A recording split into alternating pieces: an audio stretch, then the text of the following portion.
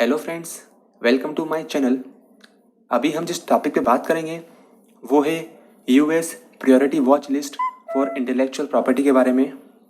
Recently US का जो USTR agency है, यूनाइटेड स्टेट्स ट्रेड रिप्रेजेंटेटिव, उसने उसकी एनुअल स्पेशल 301 रिपोर्ट को रिलीज़ किया है, जिसमें इंडिया को यूएस की प्रायोरिटी वॉच लिस्ट में शामिल किया गया है।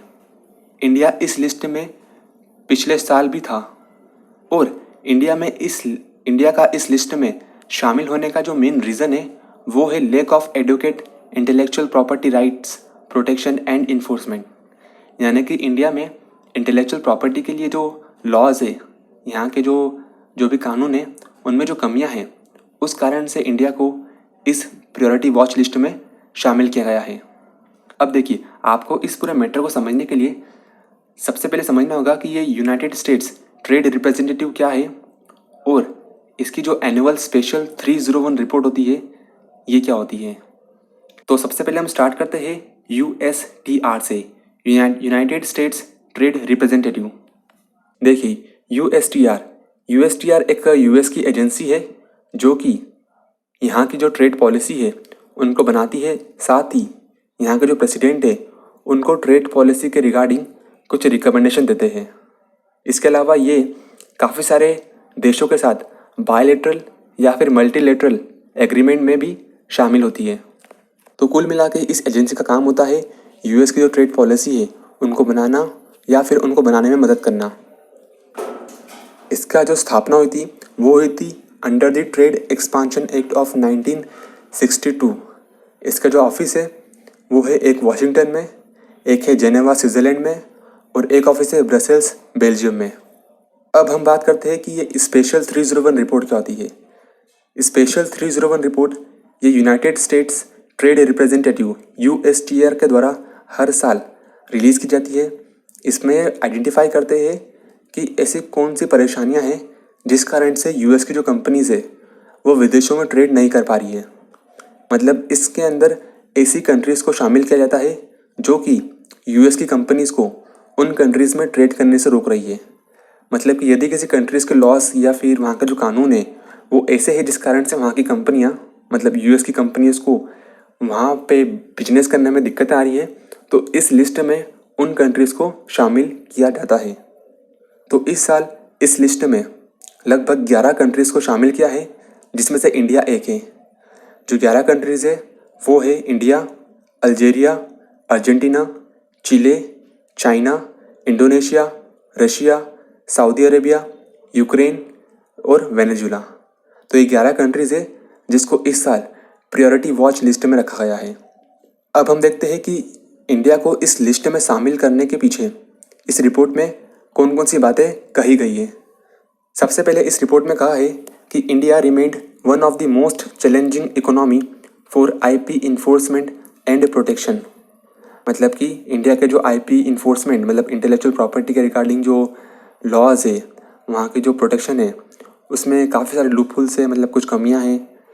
इस रिपोर्ट में बताया है कि इंडिया ने कुछ सालों में हालांकि कुछ प्रोग्रेस की है regarding IP protection and enforcement, पर जो लॉन्ग स्टैंडिंग कंसर्न्स होते हैं, जो लॉन्ग स्टैंडिंग चैलेंजेस है, वो अभी बने हुए हैं और साथ ही कुछ न्यू चैलेंजेस भी क्रिएट हो चुके हैं। अब यहाँ पे जो लॉन्ग स्टैंडिंग जो कंसर्न्स बताए गए हैं वो कंसर्न्स क्या है। अब देखिए, ये जो कंसर्न्स है, ये जो चैलेंज है वो है रिगार्डिंग जैसे कि फार्मास्यूटिकल सेक्टर में जो इनोवेटर्स है उनको जो पेटेंट लेने में या फिर उसको मेंटेन करने में जो दिक्कत आती है वो एक रीज़न है। इसके अलावा यहाँ का जो कॉपीराइट लॉज है वो सही नहीं है, जिस कारण से जो न्यू क्रिएशन है या फिर जो कमर्शलाइजेशन ऑफ कंटेंट है उसमें लोगों को दिक्कतें आती है। इसके अलावा यहाँ का जो आउटडेटेड ट्रेड सीक्रेट्स फ्रेमवर्क है उसको भी इसका मेन रीज़न बताया गया है। इसके अलावा इस रिपोर्ट में यह बोला गया है कि इंडिया में जो state issued pharmaceutical manufacturing licence होते हैं उसके रिगार्डिंग जो ट्रांसपेरेंसी है उस पर भी काफ़ी सारे रेस्ट्रिक्शंस हैं। इसके अलावा इंडिया में कोई भी एक ऐसी इफ़ेक्टिव सिस्टम नहीं है जिससे कि जो अनफेयर कमर्शियल यूज़ है ऑफ अनडिस्क्लोज्ड टेस्ट, या फिर मतलब जो भी ऐसा टेस्ट जिसको अभी तक पब्लिक में डिस्क्लोज नहीं किया है, या फिर ऐसा कोई सा डेटा जिसको कि कंपनियां जो मार्केटिंग पर्पस के लिए इकट्ठा करती है, ऐसा डेटा का जो लीक होता है, मतलब इनका जो अनफेयर यूज़ होता है, उस कारण से भी इंडिया को इस लिस्ट में रखा गया है। साथ ही इसमें बताया है कि इंडिया में काफ़ी हाई कस्टम ड्यूटीज़ है मेडिकल डिवाइस पे। इसके अलावा जो इंफॉर्मेशन और कम्युनिकेशन टेक्नोलॉजी इक्विपमेंट होते हैं उनके ऊपर। इसमें बोला है India remains extremely high customs duties directed to IP intensive products such as medical devices, pharmaceutical, information and communication technology products, solar energy equipment and capital goods. मतलब इन सभी के ऊपर जो हाई कस्टम ड्यूटी है, उस कारण से भी अमेरिकन कंपनीज को नुकसान झेलने को मिल रहा है। हालांकि जो ऑनलाइन IP इन्फोर्समेंट है, उसमें इंडिया ने कुछ प्रोग्रेस की है, पर जो इसकी प्रोग्रेस है वो काफ़ी कम है due to weak enforcement by police and courts.